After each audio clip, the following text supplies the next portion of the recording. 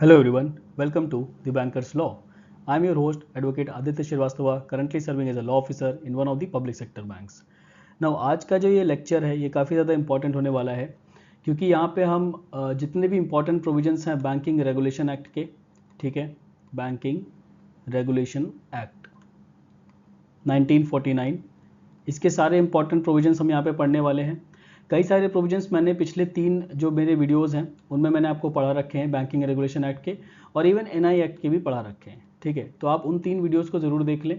उसके बाद ये चौथा वीडियो है उसी सीरीज़ में, और फिर जाकर के इस वीडियो को आप देखें। ये जो सीरीज़ चल रही है ये हमारी IBPS एसओ लॉ मेंस से रिलेटेड है, ठीक है। तो इसे आप लोग ध्यान रखें। साथ में मैं एक और इम्पॉर्टेंट पॉइंट बताना चाहूँगा कि इस वीडियो में, आज के वीडियो में हम बैंकिंग लॉज अमेंडमेंट एक्ट, ठीक है, अमेंडमेंट एक्ट 2025 को भी पढ़ेंगे। ये जो लॉ है हमारा, ठीक है, ये इम्प्लीमेंट हो गया है 1 अगस्त से, तो आपके लिए इम्पॉर्टेंट हो जाएगा। आपके मेंस से इससे ज़रूर क्वेश्चन मिलेंगे यहाँ से आपको, ठीक है। और बैंकिंग लॉज अमेंडमेंट एक्ट ने टोटल मिलाकर के 5 लॉज हैं जिसमें कि चेंजेस किए हैं, ठीक है। 5 लॉज में करीबन 19 अमेंडमेंट्स कर रखे हैं, ठीक। ये सारे अमेंडमेंट्स हमारे 1 अगस्त से इम्प्लीमेंट हो चुके हैं। लेकिन इसके वो अमेंडमेंट्स जो कि बैंकिंग रेगुलेशन एक्ट यानी कि BR एक्ट में हैं, वो सारे हम आज डिस्कस करने वाले हैं। और इन्हीं शब्दों के साथ वीडियो को शुरू करते हैं। बाकी जिसने भी चैनल को सब्सक्राइब नहीं किया है वो चैनल को सब्सक्राइब कर ले, क्योंकि इस चैनल पर मैं अभी आने वाले टाइम में आपके जितने भी मेंस के लॉज हैं उन सब से रिलेटेड जितने भी MCQs होते हैं वो भी मैं लेकर के आने वाला हूँ, ठीक है। तो शुरू करते हैं अपने आज के वीडियो को। देखिए, सबसे पहले हम ये समझ लेते हैं कि बैंकिंग रेगुलेशन एक्ट में यहाँ पे मैंने एक लिस्ट दे रखी है। कई लोग बोल रहे थे कि सर आपको आप अगर लिस्ट दे दें तो बहुत अच्छी बात है, जो भी सेक्शंस आप पढ़ा रहे हैं प्रोविजंस को। तो मैंने यहाँ पे कंपाइल कर दिया, एक आपको लिस्ट दे रखी है, ठीक है, टेबुलर फॉर्म में। यहाँ पे हम देख लें तो हमने सेक्शन 4 को भी नहीं पढ़ रखा है बैंकिंग रेगुलेशन एक्ट का, लेकिन सेक्शन 5 भी हमने पढ़ रखा है, बैंकिंग की डेफिनेशन को। 5C पढ़ रखा है, बैंकिंग कंपनी को। 6(1) में हमने परमिटेड बिजनेस को देख लिया है। 7 में हमने देखा है कि बैंक, बैंकर और बैंकिंग वर्ड्स को यूज़ कौन कर सकता है, कब कब उनका यूज़ नहीं हो सकता है। सेक्शन 8 हमने देख लिया है जो कि मूवेबल गुड्स से रिलेट करता है, ठीक है। सेक्शन 9 हमने देख लिया जो कि इमूवेबल प्रॉपर्टी से, ये दोनों रेस्ट्रिक्शंस हैं, प्रोहिबिशंस हैं बैंकिंग कंपनीज के ऊपर। सेक्शन 8 और 9 ये भी हमने देख लिया। बेसिकली ये प्रोहिबिटेड बिजनेस है। तो ये सारा कुछ हम देख चुके हैं। जिन्होंने भी मेरे 3 वीडियोस नहीं देखे हैं पिछले वाले, वो ज़रूर उन 3 वीडियोस को देख लें, आपको इन सब के आंसर्स वहाँ पे मिल जाएंगे। डिटेल में डिस्कशन कर रखा है इन सारे सेक्शंस पर मैंने। ना सेक्शन 4 को हमने नहीं पढ़ा, तो पहले हम सेक्शन 4 को देख लेते हैं। फिर यहाँ पे मैंने 5NE को मैंने येलो से हाईलाइट कर रखा है। क्यों? देखिए, इस पूरे वीडियो में जितने भी सेक्शंस को मैंने येलो से हाईलाइट कर रखा है, ठीक है, येलो से हाईलाइट कर रखा है, वो सारे प्रोविजंस में चेंज किया गया है by the amendment act of 2025। 2025 का जो अमेंडमेंट एक्ट है उसने उन सभी प्रोविजंस में चेंज कर रखा है, और जो चेंज कर रखा है उसको भी मैंने येलो से हाईलाइट किया है। तो जब भी आप इस वीडियो को देखेंगे तो जितना भी पोर्शन येलो से हाईलाइट है उसको आपको बड़ा ध्यान देना है, और हो सके तो अपनी कॉपी पे नोट डाउन भी कर लेना है, ठीक है। और आगे का वीडियो देखने से पहले मैं आपको ये बोलूँगा कि आपको अपने BR एक्ट को अपने पास रखना है, जिससे कि आपको कंप्लीट नॉलेज मिल पाए कि प्रोविजंस में क्या क्या डिटेल में बताया गया है, ठीक है। चलिए शुरू करते हैं सेक्शन 4 से।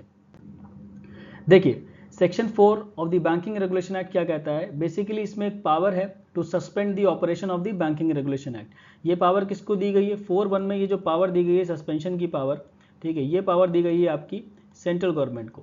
सेंट्रल गवर्नमेंट चाहे तो सस्पेंड कर सकता है all or any of the provisions of this act either for all banking companies or a specific one. This suspension must be based on a formal representation from the RBI. Important point क्या है कि suspension होने से पहले RBI इनको recommend करेगा central government को, ठीक है, कि आपको सस्पेंड करना है BR एक्ट को, ठीक है, पर्टिकुलर बैंकिंग कंपनी के लिए आपको BR एक्ट सस्पेंड करना है। नाउ इस रिकमेंडेशन पे सेंट्रल गवर्नमेंट जो सस्पेंड कर सकती है वो मैक्सिमम 60 डेज के लिए कर सकती है। जो इनिशियल जो सस्पेंशन है वो 60 डेज के लिए।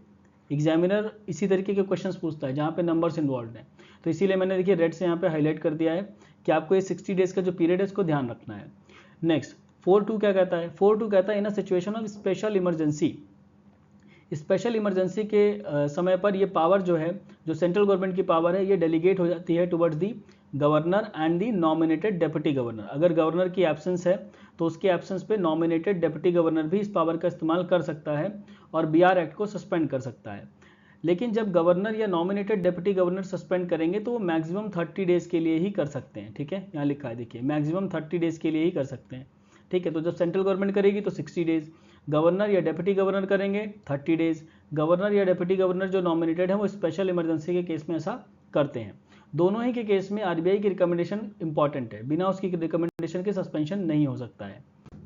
देखिए 4.3 क्या कहता है, 4.3 में ये बोला गया है कि सेंट्रल गवर्नमेंट में extend the suspension impose under subsection 1 subsection 2 through successive notifications. ठीक है, तो कई बार नोटिफिकेशंस दे करके केवल और केवल सेंट्रल गवर्नमेंट जो है उसको ये पावर दी गई है कि वो एक्सटेंड कर सकती है। ठीक है, वो एक्सटेंड कर सकती है सस्पेंशन को, जो कि 1 और 2 में, 1 में सीजी वाला है, ठीक है, जहाँ पे सेंट्रल गवर्नमेंट सस्पेंड करती है। 2 में क्या है, 2 में गवर्नर और डेप्यूटी गवर्नर का सस्पेंशन दे रखा है। ठीक है, ये जो एक्सटेंशन है ये सेंट्रल गवर्नमेंट 60 डेज के लिए ही कर सकती है। ठीक है, यहाँ लिखा है देखिए, extension must not exceed 60 days, maximum 60 days, and the total cumulative period of suspension must not go beyond 1 year.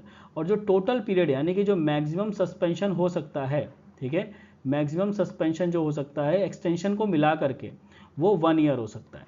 ठीक है, और कौन कर सकता है, सेंट्रल गवर्नमेंट ही एक्सटेंड कर सकती है। 4.4 क्या कहता है, every notification regarding the extension of suspension, यानी कि नोटिफिकेशन रिगार्डिंग द एक्सटेंशन, यानी कि 4.3 की बात हो रही है। 4.3 में सेंट्रल गवर्नमेंट जब एक्सटेंड करती है बाय नोटिफिकेशन तो उस नोटिफिकेशन को पार्लियामेंट के समक्ष रखना होता है। लिखा है ना, must be placed before parliament, तो ये पॉइंट भी आपको ध्यान रखना है। देखिए सब्सटेंशियल इंटरेस्ट देख लेते हैं सेक्शन 5NE में। ठीक है, सेक्शन 5NE क्या बोलता है कि in relation to a company means substantial interest means the holding of a beneficial interest by an individual or his spouse or minor child whether singly or taken together in the shares। तो याद रहे कि company के case में हम देखते हैं कि ऐसा बेनिफिशियल इंटरेस्ट जो कि शेयर्स में हो। ठीक है, अब इंडिविजुअल भी होल्ड कर सकता है, उसकी स्पाउस भी, या इसके अलावा माइनर चाइल्ड भी होल्ड कर सकते हैं। ठीक है, thereof the amount paid up on which exceeds 2 crore rupees. ये जो चेंज है यही किया गया है बैंकिंग लॉज अमेंडमेंट एक्ट 2025 से। ठीक है, इसको अब बढ़ा करके 2 करोड़ कर दिया गया है। पहले ये लिमिट हुआ करती थी 5 लाख रुपए की। ठीक है, 1968 में 5 लाख रुपए की लिमिट थी, इसको अब हटा दिया है और अब इसको बढ़ा करके 2 करोड़ रुपीज़ कर दिया गया है 2025 के अमेंडमेंट एक्ट से। दूसरी कंडीशन क्या है, और 10% of the paid up capital exceeds 10% of the paid up capital of the company which ever is less. मतलब क्या हुआ कि अगर कोई बैंकिंग कंपनी है और उसका कोई डायरेक्टर है मान लेते हैं, ठीक है, इस डायरेक्टर का किसी दूसरी कंपनी में या तो 2 करोड़ से ज़्यादा शेयर्स होल्ड करें इन शेयर्स, ठीक है, याद रहे इन शेयर्स, एक्सीड्स 2 करोड़ इन शेयर्स, और exceeds 10% of paid up capital. ठीक है, तो या तो ये 2 करोड़ के शेयर्स होल्ड, 2 करोड़ से ज़्यादा के शेयर्स होल्ड करे, या फिर 10% ऑफ पेड अप कैपिटल से ज़्यादा की पेड अप कैपिटल होल्ड करे। इन दोनों में से कोई भी कंडीशन अगर हो जाती है तो हम कहेंगे कि इस डायरेक्टर का इस कंपनी में क्या है, सब्सटेंशियल इंटरेस्ट है। इवन इस डायरेक्टर का ही नहीं, इसकी स्पाउस भी इसमें इंक्लूडेड होगी और माइनर चाइल्ड का भी इंटरेस्ट हम देखेंगे। आगे कहते हैं कि of the company which ever is less. इसका क्या मतलब है कि इन दोनों कंडीशन में हम देखेंगे कि कौन सी कंडीशन लेस है, किसका अमाउंट जो है वो लेस है। ठीक है, हम देखेंगे कि अमाउंट किसका लेस है और उस हिसाब से हम डिसाइड करेंगे। सिमिलरली फर्म के केस में क्या होता है कि एक ऐसा beneficial interest by an individual और हिज स्पाउस और माइनर चाइल्ड वेदर सिंगली और taken together which represents more than 10% of the total capital subscribed, यानी कि यहाँ पे हम सब्सक्राइब्ड कैपिटल देख रहे हैं, फर्म के केस में सब्सक्राइब्ड कैपिटल देख रहे हैं, बाय ऑल दी पार्टनर्स। तो किसी फर्म के सारे पार्टनर्स ने जितनी भी कैपिटल को सब्सक्राइब कर रखा है उस कैपिटल का 10% से ज़्यादा अगर कोई डायरेक्टर होल्ड कर रहा है तो वो डायरेक्टर सब्सटेंशियल इंटरेस्ट होल्ड कर रहा है उस फर्म में। ठीक है, याद रखना, उस फर्म में। फर्म में हम क्या देखेंगे, फर्म में हम देखेंगे कि exceeds 10% of subscribed capital, subscribed capital, और सब्सक्राइब्ड कैपिटल भी कैसी होनी चाहिए, बाय ऑल दी पार्टनर्स। ठीक है, सारे ही पार्टनर्स ने जितनी सब्सक्राइब कर रखी हो, तो वो हम देखेंगे उस सब्सक्राइब्ड कैपिटल का अगर 10% से ज़्यादा होल्ड कर रहा है ये डायरेक्टर तो उस फर्म में इसका क्या है, सब्सटेंशियल इंटरेस्ट है। ठीक है। तो इस सेक्शन को इस तरीके से आपको पढ़ना है, एक बार इसको ध्यान से रीड करिएगा, आपको समझ में आ जाएगा। देखिए अब हम यहाँ पे जितने भी सेक्शंस अभी तक हम पढ़ चुके हैं उनका एक रिवीजन भी देख लेते हैं। देखिए रिवीजन के लिए मैंने आपको एक स्लाइड दे रखी है जहाँ पे मैंने यहाँ पे सेक्शन नंबर्स तो लिखे हैं, लेकिन उनके जो इंपॉर्टेंट कीवर्ड्स हैं वो लिखे नहीं हैं। क्यों? क्योंकि मैं ये चाहता हूँ कि आप जब सेक्शंस का नंबर पढ़ें तो आपको इनके इंपॉर्टेंट कीवर्ड्स ऑटोमेटिकली याद हो जाने चाहिए और अपने आप याद आ जाना चाहिए कि क्या इसमें इंपॉर्टेंट बातें थी। ठीक है, जैसे कि सेक्शन 4 की अगर हम बात करें तो ये क्या करता है, ये बेसिकली जो बैंकिंग रेगुलेशन एक्ट है उसके ऑपरेशन को सस्पेंड करता है। ठीक है, 5B क्या करता है, इसमें डेफिनेशन ऑफ बैंकिंग है। 5C क्या है, ये बैंकिंग कंपनी को डिफाइन करता है। 5NE क्या है, ये सब्सटेंशियल इंटरेस्ट की बात करता है। ठीक है, इसमें जो चेंज हुआ है 2 करोड़ रुपए, ये भी मैंने आपको बता दिए। ठीक है, लिमिट इसकी। 6(1) क्या है, परमिटेड बिजनेस की बात करता है। 7 क्या है, आपका बैंक, बैंकर और बैंकिंग से डील करता है, वर्ड्स कौन यूज़ कर सकता है, कैसे यूज़ होते हैं। ठीक है, 8 में क्या है, प्रोहिबिटेड बिजनेस है मूवेबल प्रॉपर्टी को लेकर के। 9 में क्या है, प्रोहिबिटेड बिजनेस है इमूवेबल प्रॉपर्टी को लेकर के। ठीक है, तो इस तरीके से आपको पूरा रिवीजन करना और जितने भी इंपॉर्टेंट कीवर्ड्स होते हैं उनको आपको यहाँ पे ऑटोमेटिकली मेंटली रिवाइज करना है। ठीक है, तो इस तरीके से इन स्लाइड्स को आपको पढ़ना है। देखिए यहाँ पर इस स्लाइड में मैंने आगे के फर्दर जो सेक्शंस हैं उनको मैंने यहाँ पे मेंशन कर रखा है। यहाँ पे आप देख सकते हैं 10A मैंने लिखा है, 10B लिखा है, 10B भी लिखा है। ठीक है, इसके अलावा सेक्शन 11, 12, 13, 14 और 15 लिखा है। तो यहाँ पे जो इंपॉर्टेंट सेक्शन है वो 10A है। क्यों है? क्योंकि देखिए इसको मैंने येलो से हाईलाइट कर रखा है। इसका मतलब है कि इसमें जो बैंकिंग लॉज अमेंडमेंट एक्ट है 2025 का, उसने सेक्शन 10A में कोई ना कोई चेंज किया है। ठीक है, तो हम देखते हैं क्या चेंज किया है। बेसिकली क्या किया है, शॉर्ट में अगर मैं आपको बताऊं तो सेक्शन 10A में जो कोऑपरेटिव बैंक्स हैं, ठीक है, कोऑपरेटिव बैंक्स के जो डायरेक्टर्स हैं, ठीक है, उनका जो मैक्सिमम टेन्योर है वो 8 साल पहले हुआ करता था, अब इसको बढ़ा करके 10 साल कर दिया है। ठीक है, तो इसको आप ध्यान रखेंगे। केवल और केवल कोऑपरेटिव बैंक्स के लिए किया है, बाकी बैंकिंग कंपनीज में आज भी जो मैक्सिमम टाइम है वो 8 ईयर्स ही है। ठीक है, सेक्शन 10A किस चीज़ से डील करता है? 10A बेसिकली डील करता है BOD से, यानी कि बोर्ड ऑफ डायरेक्टर्स से। ठीक है, बोर्ड ऑफ डायरेक्टर्स की क्या क्या इसमें क्वालिफिकेशंस होंगी, ठीक है, क्या उनके प्रोफेशनल एक्सपीरियंस होंगे, वो सारी बातें सेक्शन 10A में लिखी। बहुत इंपॉर्टेंट प्रोविजन है। BOD to include persons with professional and other qualifications, ये इसमें लिखा गया है ना। इसमें एक और इम्पॉर्टेंट पॉइंट लिखा है कि जब ये सेक्शन 10A इन्फोर्स हुआ था, ठीक है, 1968 में, ठीक है, तो उसके 3 मंथ्स तक, यानी कि यहाँ लिखा है 3 months statutory exemption from the commencement of 1968 amendment act. आपको ये बात पता होनी चाहिए कि 2025 में तो अमेंडमेंट एक्ट आया ही है, लेकिन इससे पहले 1968 में भी आया था। तो 1968 एक्ट का जो अमेंडमेंट एक्ट है वो जब इन्फोर्स हुआ था तब से लेकर के 3 मंथ्स, ठीक है, 3 मंथ्स का एग्जेम्पशन दे रखे हैं सेक्शन 10A में। इसका मतलब क्या है कि सेक्शन 10A में जो BOD की जो भी रिक्वायरमेंट्स हैं वो 3 महीने के लिए एग्जेम्प्टेड थे। ठीक है, वो सारी रिक्वायरमेंट्स से आप एग्जेम्पशन मांग सकते हैं 3 महीने के लिए, लेकिन 3 महीने कहाँ से, 1968 के कमेंसमेंट से लेकर के टिल 3 मंथ्स एग्जेम्प्टेड रहता है। तीसरा पॉइंट कहता है कि director other than the chairman and WTD का मतलब है होल टाइम डायरेक्टर। ठीक है, तो चेयरमैन और होल टाइम डायरेक्टर को छोड़ करके बाकी जितने भी डायरेक्टर्स हैं, ठीक है, उनका जो मैक्सिमम पीरियड है वो 8 ईयर्स ही है। लेकिन केवल और केवल कोऑपरेटिव बैंक्स के केस में जो मैक्सिमम पीरियड है वो 10 ईयर्स कर दिया गया है by the banking laws amendment act 2025। तो सेक्शन 10A में आप इन बातों को ध्यान रखेंगे, बाकी इसको आप अलग से पढ़ भी सकते हैं, बहुत इंपॉर्टेंट प्रोविजन है। ठीक है, नेक्स्ट हमारे पास है सेक्शन 10B और 10BB।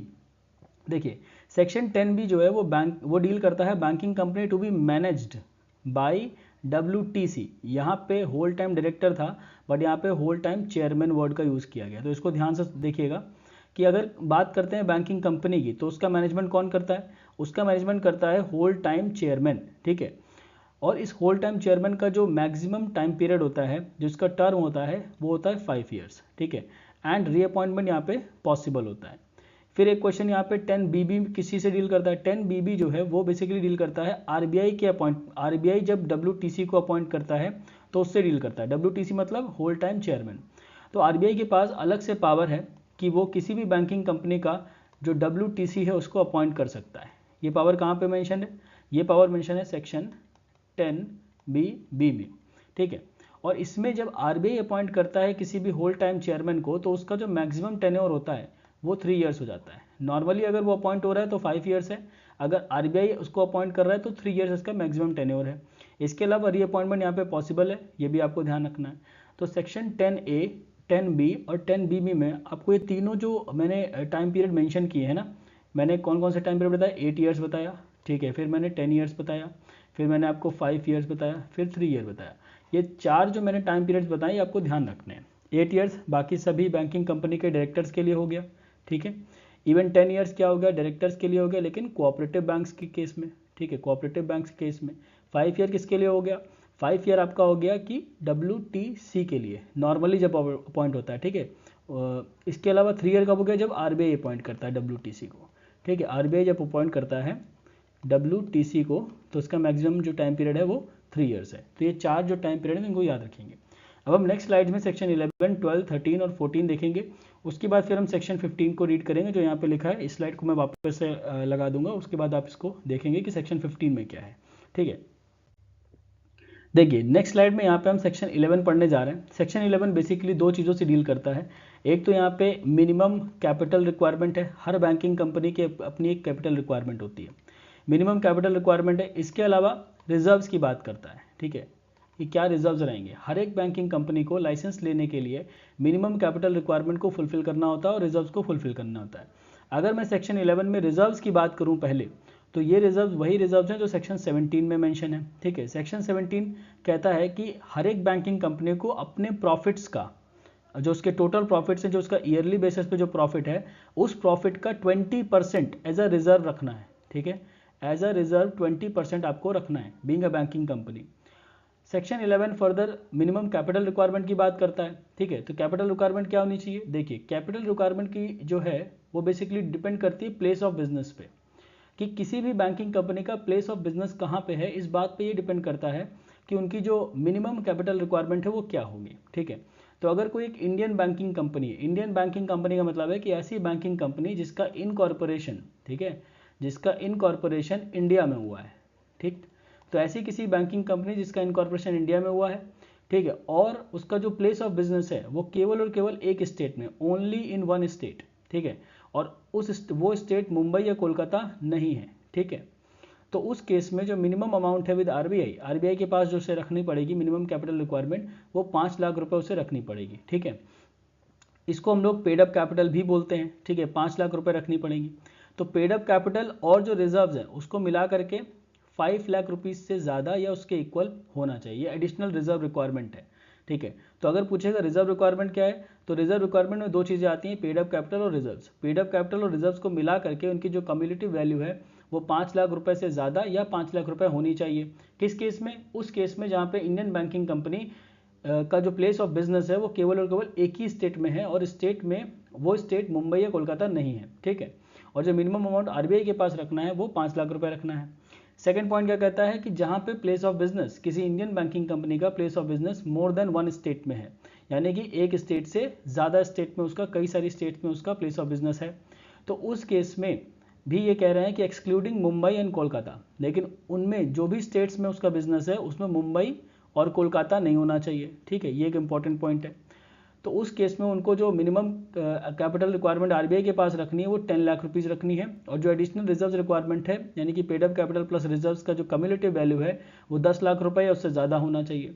इसके अलावा तीसरा पॉइंट कहता है कि जहाँ कहीं भी या तो मुंबई या तो कोलकाता में उसका इधर और कंडीशन है, या फिर मुंबई या फिर कोलकाता में उसका अगर प्लेस ऑफ बिजनेस है, तो उस केस में 10 लाख रुपए उसे आरबीआई के पास मिनिमम अमाउंट डिपॉजिट करना होगा, ठीक है। और पेड अप कैपिटल और रिजर्व की जो रिक्वायरमेंट है वो दोनों को मिला करके 15 लाख रुपए से ज़्यादा या उसके इक्वल होनी चाहिए। इसके अलावा जहाँ पे मुंबई और कोलकाता इंक्लूड हो जाता है, ये देखिए इंक्लूड हो जाता है, वहाँ पे जो आरबीआई के पास डिपॉजिट करना है वो 10 लाख रुपीज़ है। Paid up capital plus reserves की जो रिक्वायरमेंट है दोनों को कम्युलेटिव वैल्यू वो 20 लाख रुपए से ज़्यादा या 20 लाख रुपए के इक्वल हो सकती है। सिमिलरली फॉरेन बैंक के केस में जिसका इनकॉर्पोरेशन आउटसाइड इंडिया हुआ है, 11(2) इस पर बात करता है। इस अगर हम बात करें तो फॉरेन बैंक के केस में जहाँ पे बिजनेस इंडिया में है, ठीक है, दोनों ही केसेस में फॉरेन बैंक का बिजनेस इंडिया में होना चाहिए। एक केस है कि जहाँ पे मुंबई और कोलकाता को एक्सक्लूड किया जा रहा है, एक केस है जहाँ पे मुंबई और कोलकाता को इंक्लूड किया जा रहा है।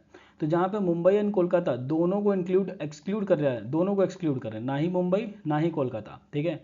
तो उस केस में 15 लाख रुपए डिपॉजिट करने हैं आरबीआई के पास, और जो डिपॉजिट्स है with the RBI in the cash और सिक्योरिटी। अब 2 बातें समझिएगा, जब हम फॉरेन बैंक की बात करते हैं तो फॉरेन बैंक को रिजर्व्स की रिक्वायरमेंट यहाँ पे नहीं दिख रही। बेसिकली फॉरेन बैंक्स को क्या करना है कि ये जो मिनिमम कैपिटल रिक्वायरमेंट है यानी कि 15 लाख रुपीज़ ये आरबीआई के पास डिपॉजिट करनी है, या तो कैश में या फिर सिक्योरिटीज़ में। सिक्योरिटीज़ कैसी होंगी यहाँ पे, इस पर बात कर लें। सिक्योरिटी बेसिकली यहाँ पे जो होगी वो अनएनकम्बर्ड होगी, ठीक है, अनएनकम्बर्ड होगी सिक्योरिटीज़, मतलब कि उन पर सिक्योरिटीज़ पर कोई चार्ज नहीं होना चाहिए, ठीक है।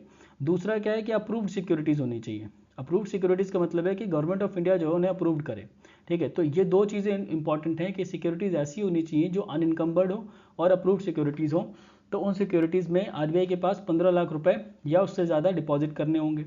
सेकंड केस क्या है, जहाँ पे फॉरेन बैंक का बिजनेस इंडिया में हो और वो इंक्लूड करे मुंबई को और कोलकाता को, दोनों को इंक्लूड करे, मुंबई या कोलकाता को इंक्लूड करे, तो वहाँ पे 20 लाख रुपीज़ जो है वो डिपॉजिट करने पड़ेंगे आरबीआई के पास, ठीक है। और कैसे होंगे, कैश में, सिक्योरिटीज़ में होंगे। सिक्योरिटीज़ अगेन अनइनकम्बर्ड होनी चाहिए और अप्रूव्ड होनी चाहिए, ठीक है। और जो टोटल अमाउंट डिपॉजिट करना है वो 20 लाख रुपए उससे ज़्यादा होनी चाहिए, ठीक है। तो इस तरीके से कुछ रिक्वायरमेंट सेक्शन 11 में लिखी है मैंने, यहाँ पे एक टेबुलर फॉर्मेट में आपको दे दिया है। आप इस टेबल को अच्छे से रीड करें, ध्यान से, तसल्ली से, ताकि आपको क्लियर हो जाए कि किस प्लेस ऑफ बिजनेस के लिए कौन सी मिनिमम अमाउंट आरबीआई के पास रखनी है, ठीक है। और एडिशनल रिजर्व रिक्वायरमेंट क्या है वो सारी बातें मैंने यहाँ पे डील कर लिया है।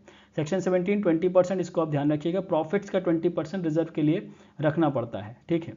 Now aggregate value of minimum paid up capital and reserve जो है वो ये बेसिकली जो है सेक्शन 11 में दिया हुआ है, ठीक है, इसको आप ध्यान रखिएगा। नेक्स्ट सेक्शन 12 की बात कर लेते हैं। सेक्शन 12 जो है बैंकिंग रेगुलेशन एक्ट का, ये कैपिटल स्ट्रक्चर की बात करता है। कैपिटल स्ट्रक्चर एक तरीके का होना चाहिए, उसकी एक रिक्वायरमेंट सेक्शन 12 में मेंशन है, हम देखेंगे क्या है। साथ ही साथ सेक्शन 12 का जो पार्ट 2 है, मतलब 12 का क्लॉज 2, सेक्शन 12 क्लॉज 2 जो है वो डील करता है voting rights of share holder से, तो इसको भी हम देखेंगे, ठीक है।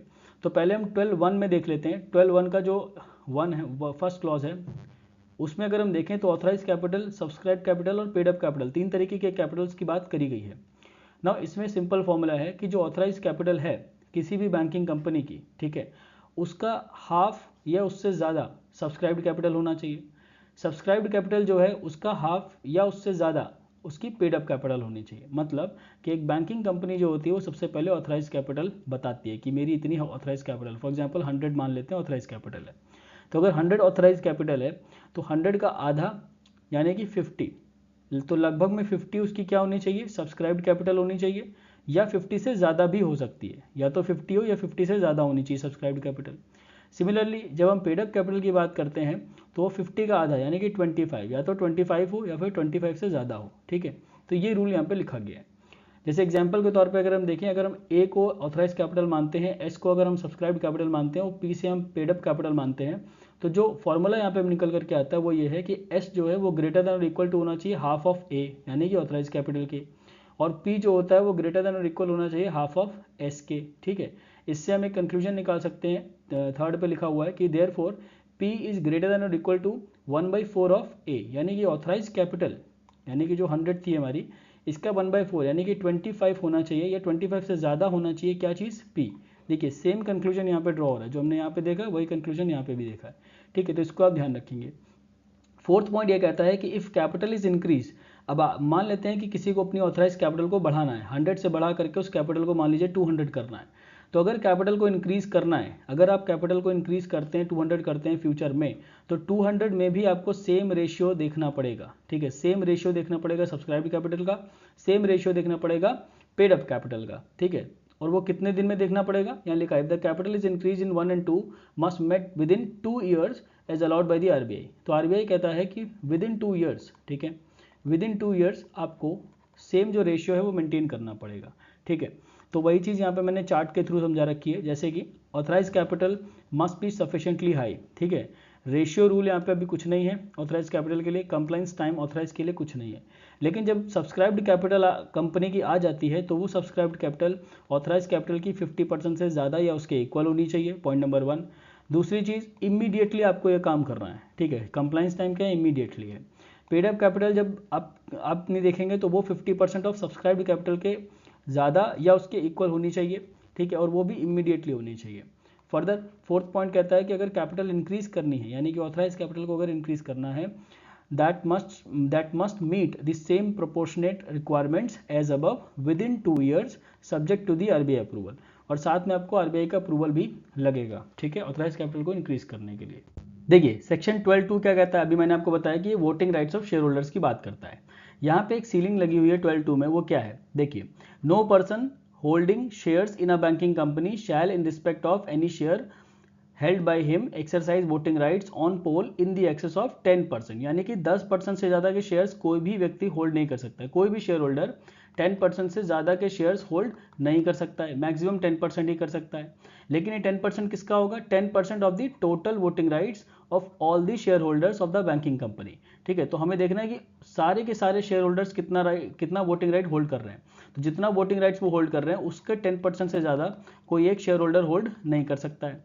दूसरी बात यहाँ पे लिखी है प्रोविजो में, ठीक है, 12(2) का प्रोविजो क्या कहता है, provided that the reserve bank may increase in a phased manner such ceiling on voting rights from 10% to 26%। ये डेटा आपको याद रखना है कि ये 10% से बढ़ा करके 26% सीलिंग करी जा सकती है आरबीआई के द्वारा, ठीक है, आरबीआई कर सकता है। और कैसे कर सकता है, फेज्ड मैनर में करेगा, ठीक है, तो वन टाइम में नहीं करेगा, लेकिन फेज्ड मैनर में आरबीआई के पास पावर है कि वो जो 10% की सीलिंग है 12(2) में, इसको इंक्रीज करके 26% तक मैक्सिमम कर सकता है, ठीक है।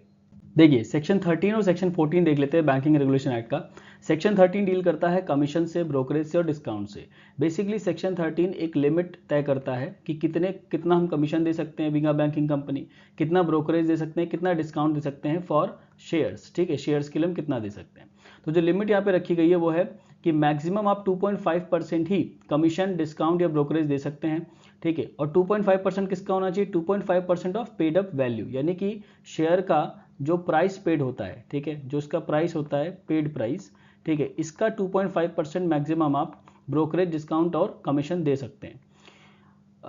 नेक्स्ट सेक्शन 14 क्या कहता है, सेक्शन 14 प्रोहिबिट करता है चार्ज ऑन अनपेड कैपिटल। तो जो भी बैंकिंग कंपनी की अनपेड कैपिटल है उस पर आप सिक्योरिटी का चार्ज नहीं क्रिएट कर सकते हैं, ठीक है, कि आप ये नहीं कर सकते हैं कि बीइंग अ बैंकिंग कंपनी आपको किसी को लोन देना है, तो लोन देने के लिए उस व्यक्ति ने जो भी अनपेड शेयर्स उसके हैं, ठीक है, उनकी वैल्यू को आपने एज अ सिक्योरिटी रख लिया और फिर उस व्यक्ति को या उस कंपनी को आपने लोन दे दिए, ठीक है, तो ये ऐसा आप नहीं कर सकते। तो unpaid capital can not be use as a security or collateral. Banks can't use unpaid share capital as a loan security.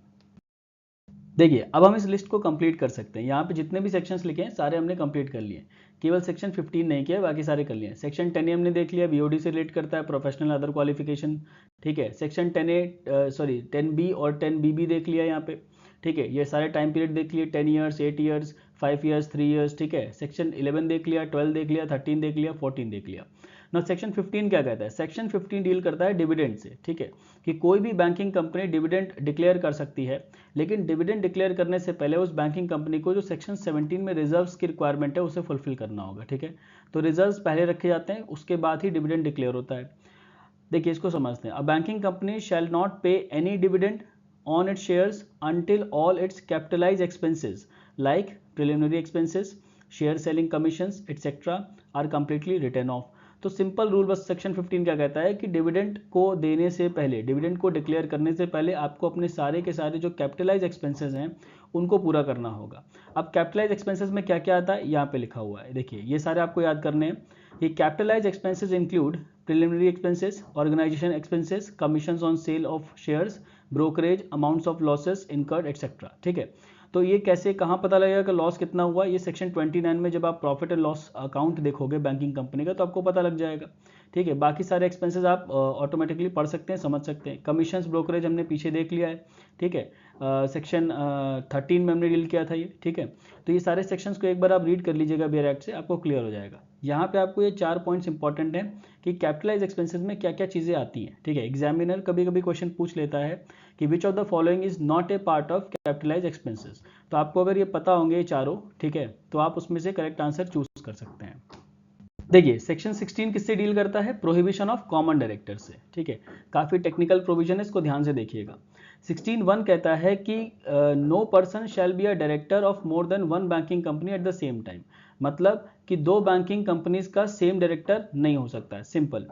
16(1)A क्या कहता है, ये कहता है कि no banking company refer to in subsection 1 shall have more than 3 directors who are directors of companies. देखिए यहाँ पे वर्ड कंपनीज यूज किया गया, बैंकिंग कंपनी यूज नहीं किया गया है। who are directors of companies which among themselves are entitled to exercise voting rights in excess of 20% of the total voting rights of all the share holders. क्या मतलब है इसका? देखिए 16(1)(a) क्या कहता है, ये कहता है कि अगर कोई बैंकिंग कंपनी है, इसका कोई डायरेक्टर है, ठीक है, तो ये डिफरेंट दो तीन जो कंपनीज हैं उसमें ये डायरेक्टर हो सकता है, ठीक है, ये कॉमन डायरेक्टर पॉसिबल है। मान लेते हैं C1 C2 C3 तीन हमने कंपनीज ली एग्जाम्पल के तौर पे। इन तीन कंपनीज में ये कॉमन डायरेक्टर हो सकता है, प्रोवाइडेड कि ये जो तीन कंपनीज हैं ये मिल करके इस बैंकिंग कंपनी में, ठीक है, 20% से कम के वोटिंग राइट्स होल्ड करें।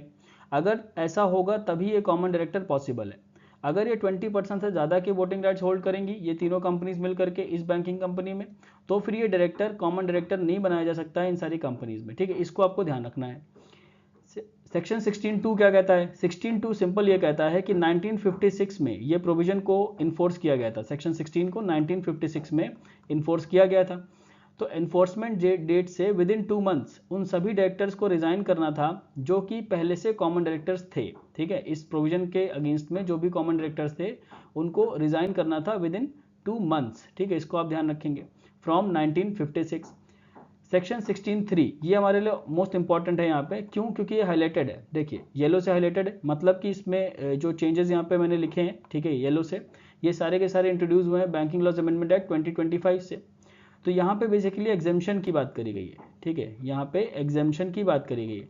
16(1) में जो रूल है और 16(1)(a) में जो रूल है, ठीक है, इन दोनों से दो तरीके के डायरेक्टर्स हैं जो एग्जेम्प्टेड है।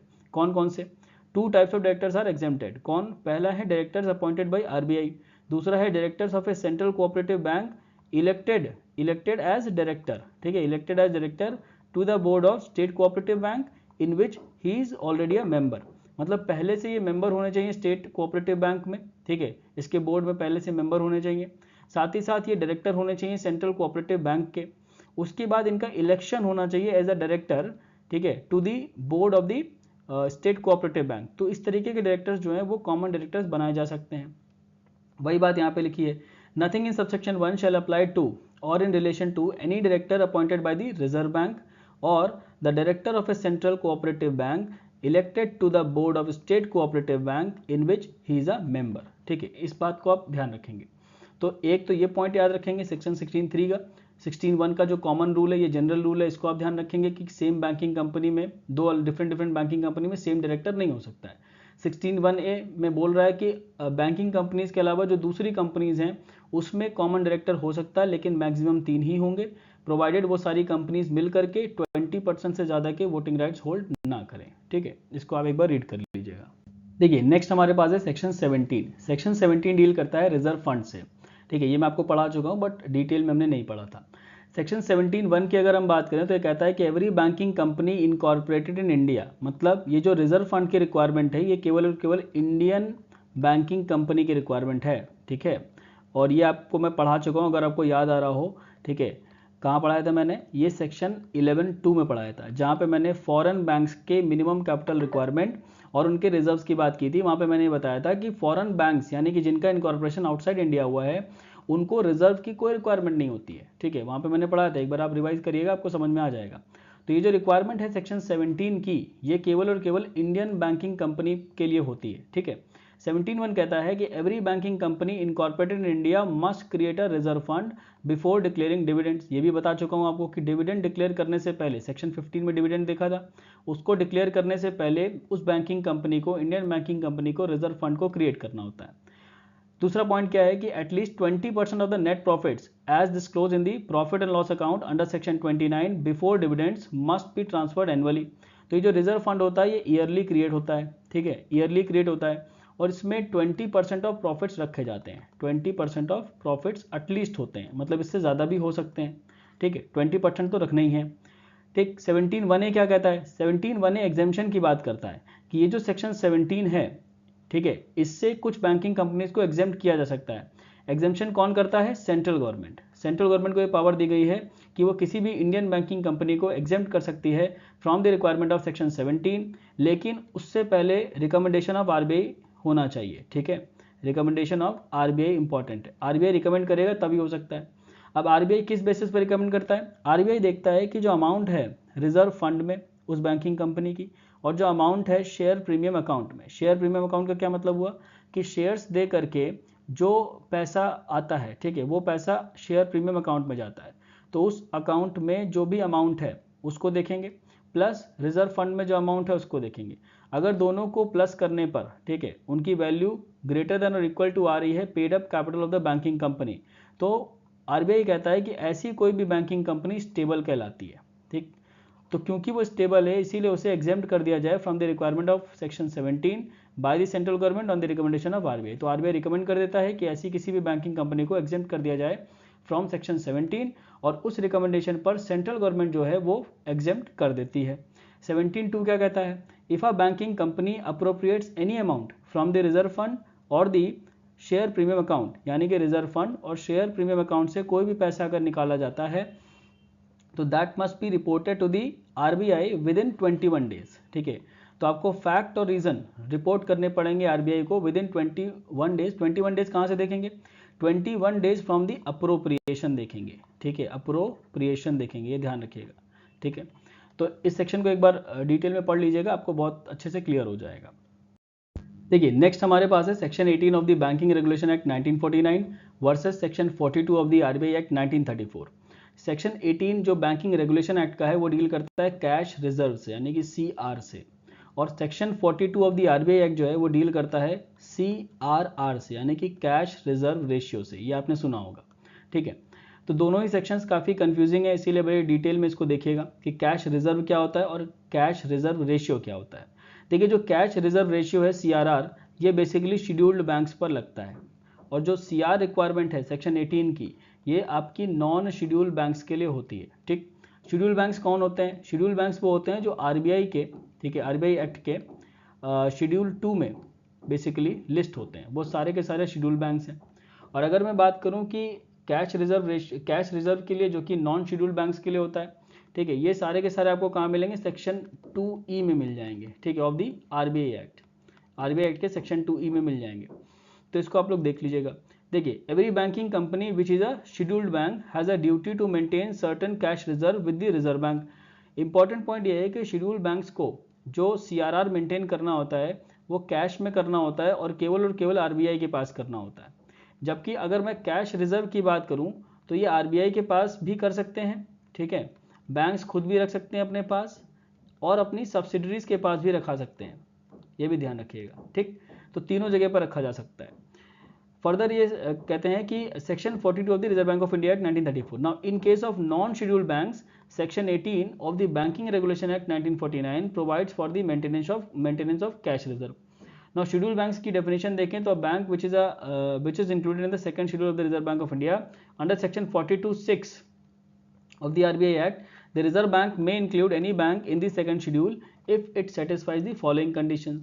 तो 42(6) में RBI को एक पावर दी गई है कि RBI जो है वो इंक्लूड कर सकता है किसी भी बैंक को, एनी बैंक को सेकंड शेड्यूल में, और उसे शेड्यूल बैंक बना सकता है। ठीक है, जैसे कि कंडीशंस कौन कौन सी सेटिस्फाइड होनी चाहिए?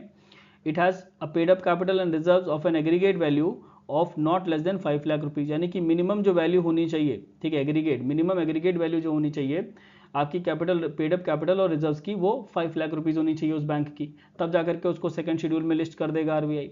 दूसरा पॉइंट है कि if it satisfies that the reserve bank its affairs are not conducted in a manner detrimental to the interest of depositors, मतलब डिपॉजिटर्स के इंटरेस्ट को प्रोटेक्ट करने के लिए भी आरबीआई किसी भी नॉन शेड्यूल्ड बैंक को, ठीक है, शेड्यूल्ड बैंक की श्रेणी में डाल सकता है। तीसरा पॉइंट क्या है कि if it is a state cooperative bank हो, या फिर कोई कंपनी हो जो कि सेक्शन 3 कंपनीज एक्ट में डिफाइंड है, कोई इंस्टीट्यूशन है जो कि नोटिफाइड है बाय द सेंट्रल गवर्नमेंट, कोई कॉर्पोरेशन है, कंपनी है इनकॉर्पोरेटेड आउटसाइड इंडिया है। ठीक है, तो ये बेसिकली फॉरेन कंपनीज की बात कर रहे हैं, ये इंडियन कंपनीज की बात हो रही है, यहाँ पे फाइनेंशियल इंस्टीट्यूशंस की बात हो रही है, यहाँ पे कोऑपरेटिव बैंक्स की बात हो रही है। ठीक है, देखिए कोऑपरेटिव बैंक्स को मैंने पहले भी पढ़ा रखा है। कोऑपरेटिव बैंक्स का जो रेगुलेशन है वो बैंकिंग रेगुलेशन एक्ट में ही होता है, और कौन सा सेक्शन ये डील करता है? सेक्शन 56 डील करता है। ठीक है, तो इसको भी आप ध्यान रखिएगा। नेक्स्ट अगर हम बात करें तो सेक्शन 18 और सेक्शन 42 के बीच में यहाँ पे मैंने एक टेबल दे रखी है, इस टेबल को आप लोग ध्यान से पॉज करके पढ़िएगा। बाकी एक इंपॉर्टेंट पॉइंट ये समझने वाला है कि सेक्शन 18 को मैंने देखिए येलो से हाईलाइट किया है, और सेक्शन 42 को भी येलो से हाईलाइट किया है, और बाकी सारी चीज़ें भी मैंने कुछ यहाँ पे येलो से हाईलाइट कर रखी है। इसका मतलब है कि जो बैंकिंग लॉज अमेंडमेंट एक्ट है 2025 का, ठीक है, 2025 का, इसने इनमें भी अमेंडमेंट्स कर रखे हैं, और जो अमेंडमेंट्स कर रखे हैं वो मैंने येलो से हाईलाइट कर दिए हैं। जैसे कि पहला पॉइंट अगर हम देखें एप्लीकेबिलिटी की बात करें तो section 18 of the banking regulation act 1949 जो है वो डील करता है नॉन शेड्यूल्ड जो बैंक्स हैं उनसे डील करता है, ठीक है। तो लिखा है कि applies to every banking company which is not a scheduled bank as defined in clause E of section 2 of the reserve bank of India act 1934। अगर हम एप्लीकेबिलिटी की बात करें सेक्शन 42 की, तो वो डील करता है एवरी शेड्यूल्ड बैंक से, included in the second schedule of the RBI act. दूसरा पॉइंट है मेंटेनेंस ऑफ कैश रिजर्व, कितना कैश रिजर्व मेंटेन करना होता है। एवरी सच बैंकिंग कंपनी, मतलब नॉन शेड्यूल्ड जो बैंकिंग कंपनी है उसकी बात हो रही है, शैल मेंटेन इन इंडिया, इंडिया में मेंटेन करना, ये भी इंपॉर्टेंट पॉइंट है, by way of cash reserve with its self और by way of balance in the current account with RBI or with its subsidiaries, a sum equivalent to such percentage not less than 3%, ठीक है, 3% of the total of its demand and time liabilities, यानी कि DTL की बात हो रही है in India. तो इंडिया में अगर हम टोटल डीटीएल देखें, ठीक है, टोटल डीटीएल इन इंडिया, ठीक है, इसका 3% मिनिमम तो रखना ही है। टोटल डीटीएल जो भारत में है उसका मिनिमम 3% रखना है। डीटीएल क्या होता है? डीटीएल देखिए, बैंकिंग कंपनीज के पास दो तरीके की लाइबिलिटीज होती हैं टुवर्ड्स इट्स डिपॉजिटर्स। एक तो होती हैं डिमांड डिपॉजिट्स होते हैं, उनके खिलाफ जो होती हैं वो डिमांड लाइबिलिटीज होती हैं, और दूसरे टर्म डिपॉजिट्स होते हैं जिनके खिलाफ उनकी जो लाइबिलिटी होती है वो होती है टर्म लाइबिलिटी या टाइम लाइबिलिटी। तो वही यहाँ पे लिखा हुआ है कि जो total of its demand and time liabilities है इंडिया में, ठीक है, उसका 3% मिनिमम रखना होता है, एज अ कैश रिजर्व रखना होता है under section 18 by the non scheduled banks, ठीक है। वो कहाँ कहाँ रख सकते हैं? वो आरबीआई के पास रख सकते हैं, इटसेल्फ रख सकते हैं, या फिर सब्सिडरीज के पास रख सकते हैं। फर्दर ये कहते हैं कि हम जो डीटीएल देख रहे हैं, ठीक है, टोटल डीटीएल हम देख रहे हैं, उसका कंप्यूटेशन हम किस दिन पर करेंगे? तो टोटल डीटीएल को हम कंप्यूट करते हैं on the last day of the second preceding fortnight. Fortnight का मतलब होता है 14 दिन, ठीक है, 14 डेज। अभी फोर्टनाइट की डेफिनेशन को चेंज कर दिया गया है बैंकिंग लॉज अमेंडमेंट एक्ट 2025 से, ठीक है। चेंज कैसे किया गया? सिंपल डेफिनेशन है, देखिए मैं यहाँ पे बता देता हूँ आपको, क्योंकि ये डेफिनेशन बार बार आएगी, आगे भी आएगी। डेफिनेशन सिंपल कर दी गई है। अब ये बोला गया है कि हर एक मंथ के 1 तारीख से लेकर के 15 तारीख के बीच जो टाइम पीरियड है इसको हम लोग फोर्टनाइट बोलेंगे, और उसके बाद 16th डे से लेकर के जो आगे 38 तक का जो टाइम होगा इसको भी हम लोग फोर्टनाइट बोलेंगे। तो ये 2 फोर्टनाइट की बात यहाँ पे करी गई है, ठीक है। पहले क्या होता था कि फ्राइडे से फ्राइडे पर काउंट होता था, बट अभी ऐसा नहीं, अभी पहली तारीख से, ठीक है, 15 डेज जो होते हैं, फर्स्ट से लेकर 15 डेज वो फोर्टनाइट होते हैं, 16 से लेकर के 30 तक ये दूसरे फोर्टनाइट होते हैं। तो हर एक महीने में 2 तरीके के फोर्टनाइट होते हैं, इसको आप ध्यान रखेंगे। ये लेटेस्ट डेफिनेशन है जो बैंकिंग लॉज अमेंडमेंट एक्ट 2025 ने इंट्रोड्यूस करी है। तो उसी फोर्टनाइट की बात कर रहे हैं कि जो सेकेंड प्रीसीडिंग फोर्टनाइट है, ठीक है, उसका लास्ट दिन जो होगा उस दिन हम देखेंगे कि कितना हमारा टोटल डीटीएल है, और फिर उसका 3% निकाल करके हम एज अ रिजर्व रखेंगे, ठीक। आगे देखते हैं, रिटर्न टू आरबीआई की अगर हम बात करें तो such banking company shall submit to the reserve bank before the 20th day of every month, हर एक महीने के 20 तारीख से पहले, ठीक है। 20th डे का मतलब होता है 20 तारीख से पहले, इससे पहले पहले क्या करना है? रिटर्न फाइल करना है। यहाँ पे ये देखिए लिखा है ना, shall submit to the RBI a return showing the amount so held, यानी कि आपका जो भी टोटल डीटीएल है उसको दिखाते हुए आपको रखना पड़ेगा on the last day of the fortnight during the month, ठीक, with particulars of DTL in India. मतलब क्या हुआ? जैसे एग्जांपल के तौर पे अगर मैं देखूं, अगर मैं डेट स्टार्ट कर रहा हूं 1 अगस्त को, ठीक है, अगर मैं 1 अगस्त की बात करूं तो मुझे 1 अगस्त से लेकर के 20 अगस्त के बीच में रिटर्न फाइल करना है आरबीआई को, ठीक है। अगर मैं एक नॉन शेड्यूल्ड बैंक हूं तो मुझे 1 से लेकर 20 अगस्त के बीच में, क्योंकि यहाँ बोला ना 20th डे, तो 1 से लेकर 20 के बीच में मुझे आरबीआई को रिटर्न फाइल करना है कि मेरे कितने टोटल डीटीएल रहे हैं on last day of the fortnight, मतलब preceding second preceding fortnight during a month.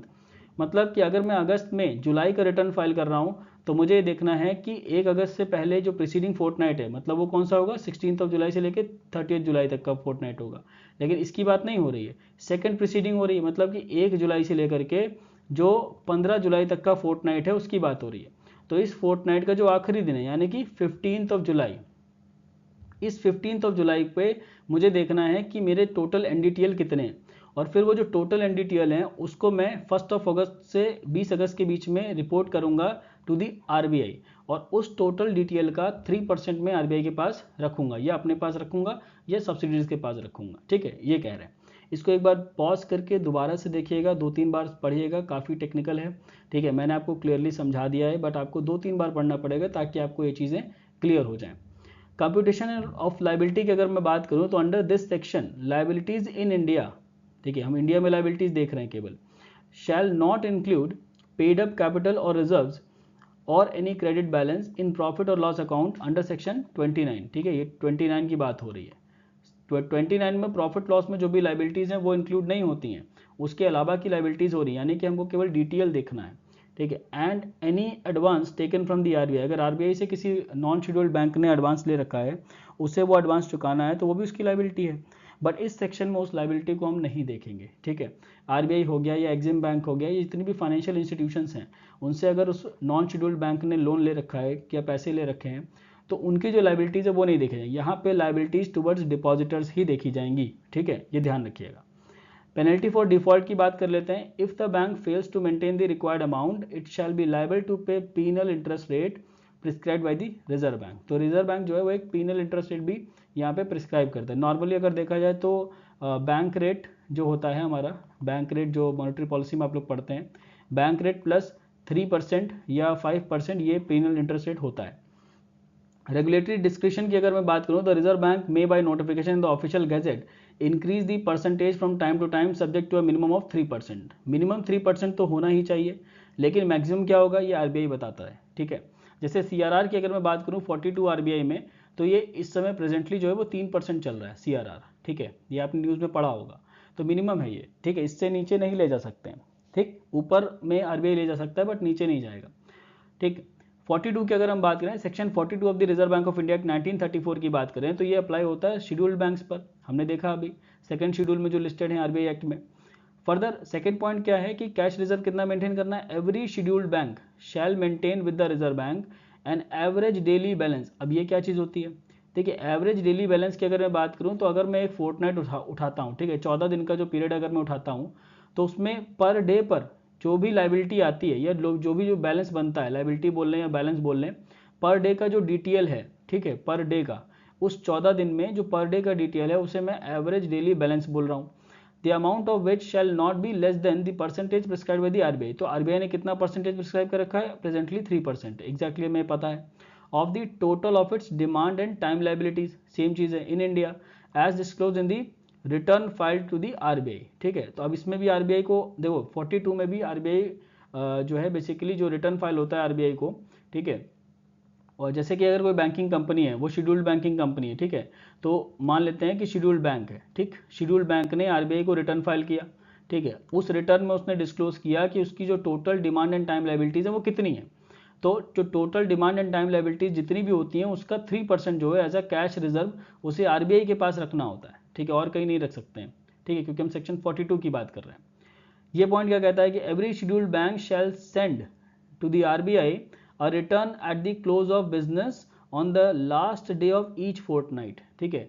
ये देखिए येलो से हाईलाइट है, ये जितना भी येलो से आप देख रहे हैं ये सारा का सारा बैंकिंग लॉज अमेंडमेंट एक्ट 2025 से ऐड किया गया है। तो यहाँ पे जो रिटर्न फाइल करना होता है शेड्यूल्ड बैंक्स को टुवर्ड्स द आरबीआई, वो होता है on the last day of each fortnight. तो जो 1 से लेकर के 15 दिन तक का समय है, ठीक है, तो लास्ट डे क्या हो जाएगा, 15 हो जाएगा। अगर 16 से लेकर 30 तक का हम फोर्टनाइट उठाते हैं तो 30th हो जाएगा हमारा। तो ये जो लास्ट डे है ईच फोर्टनाइट का, इस दिन को रिटर्न फाइल करना होता है, इस दिन से रिटर्न फाइल करना होता है in such form and manner and containing such particulars as may be prescribed within 5 days, ठीक है। तो अगर आपने 15 तारीख आपकी पड़ रही है फोर्टनाइट की मान लेते हैं, तो विद इन 5 डेज का मतलब हो गया कि आपको विद इन 20th जो डेट है, ठीक है, आपको रिटर्न फाइल करना है। अगर 30th पड़ रही है तो नेक्स्ट मंथ की जो विद इन 5 है वो आपको देना पड़ेगा, रिटर्न फाइल करना पड़ेगा from the date to which it relates, ठीक है। The expression liabilities in India excludes, further यहाँ पे बोला जा रहा है, excludes paid up capital reserves advances from RBI et cetera and the return is based on the average daily balance during a fortnight. तो जो भी एवरेज डेली बैलेंस है आपका ड्यूरिंग अ फोर्टनाइट, देखो मैंने बताया ना आपको, ड्यूरिंग अ फोर्टनाइट 14 डेज में जो भी आपका एवरेज डेली बैलेंस है उस पर बेस ही आपकी लाइबिलिटी, आपकी रिटर्न जो है वो बनती है, ठीक है। If a scheduled bank fails to maintain the required balance it shall be liable to pay penal interest rate to the RBI at such rate as may RBI may specify. Same चीज़ है ये दोनों में, ठीक है। The RBI may by notification in the official gazette vary the percentage prescribed of the CRR, CRR का vary कर सकता है। प्रेजेंटली देखा जाए तो 3% है without a statutory minimum, statutory minimum यहाँ पे कुछ नहीं। तो सीआरआर के केस में ऐसा नहीं है कि मिनिमम 3% रखना ही रखना है, आरबीआई चाहे तो इससे नीचे भी कर सकता है 3%, लेकिन जो कैश रिजर्व है under section 18 of the banking regulation act उसमें मिनिमम 3% तो रखना ही है, ठीक है।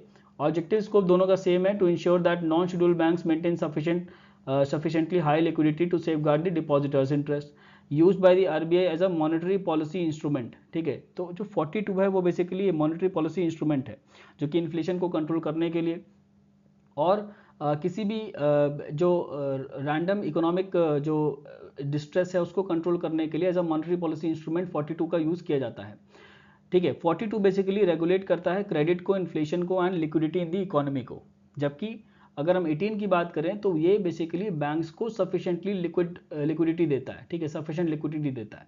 तो इसको आप ध्यान रखिएगा, एक बार डिटेल में अच्छे से तसल्ली से इन दोनों प्रोविजंस को पढ़ लीजिएगा, बहुत ज़्यादा इंपॉर्टेंट है। और जितना भी येलो से हाईलाइटेड है उसको ज़रूर पढ़ लीजिएगा।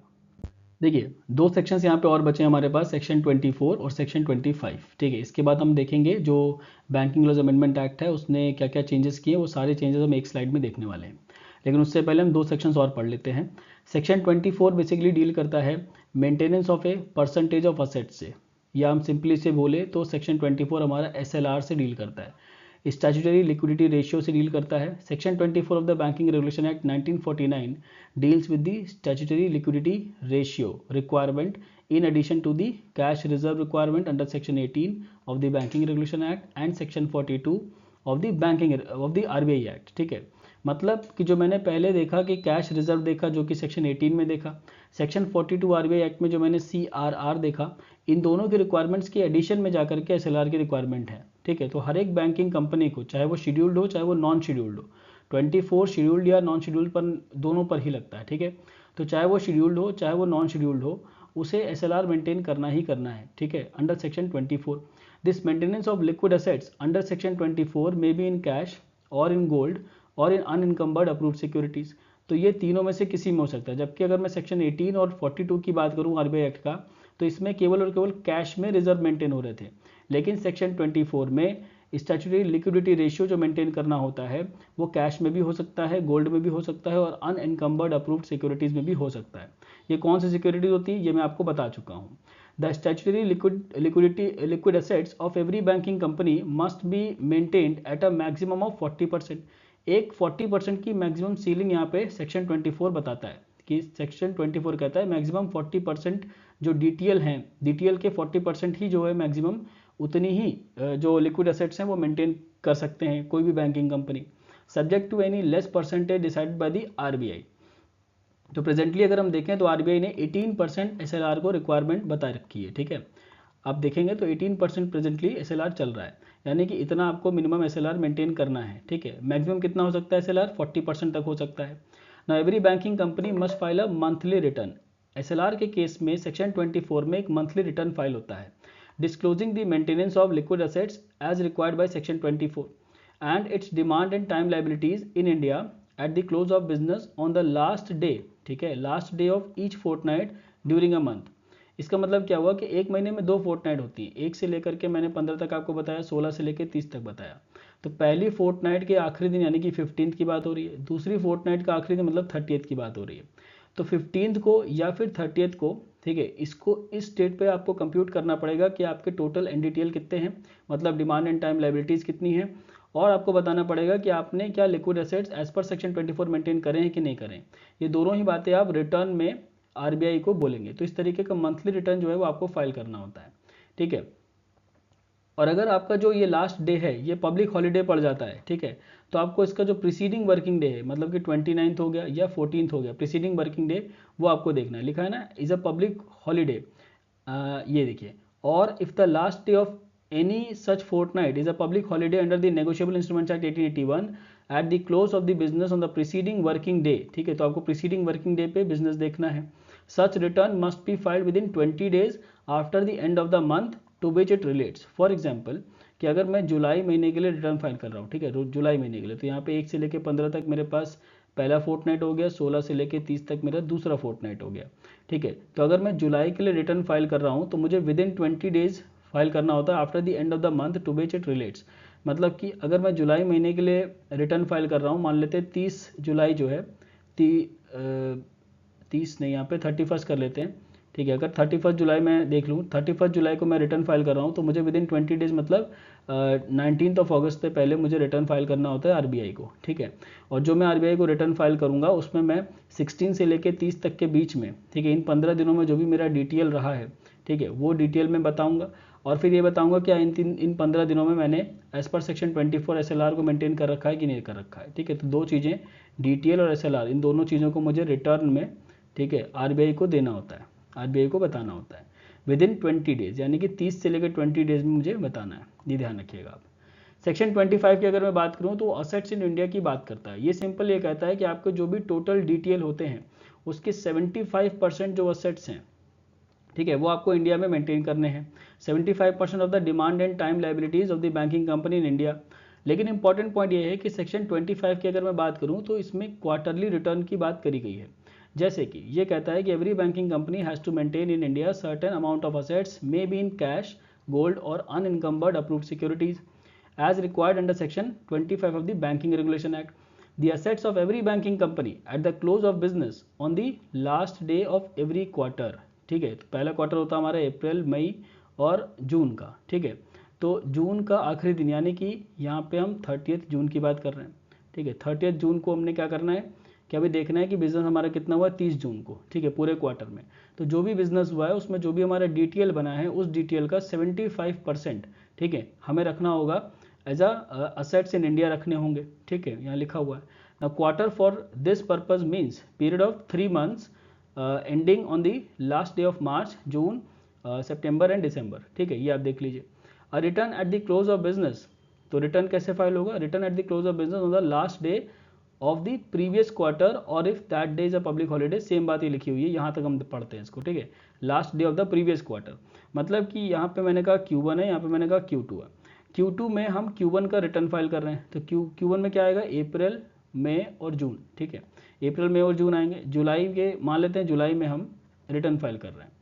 तो ये कह रहे हैं last day of previous quarter, previous quarter का लास्ट डे का मतलब हो गया 30 जून, ठीक। 30 जून को हम देखेंगे कि हमारा बिजनेस कितना हुआ है और फिर उसका रिटर्न हम जुलाई में फाइल करेंगे, ठीक है।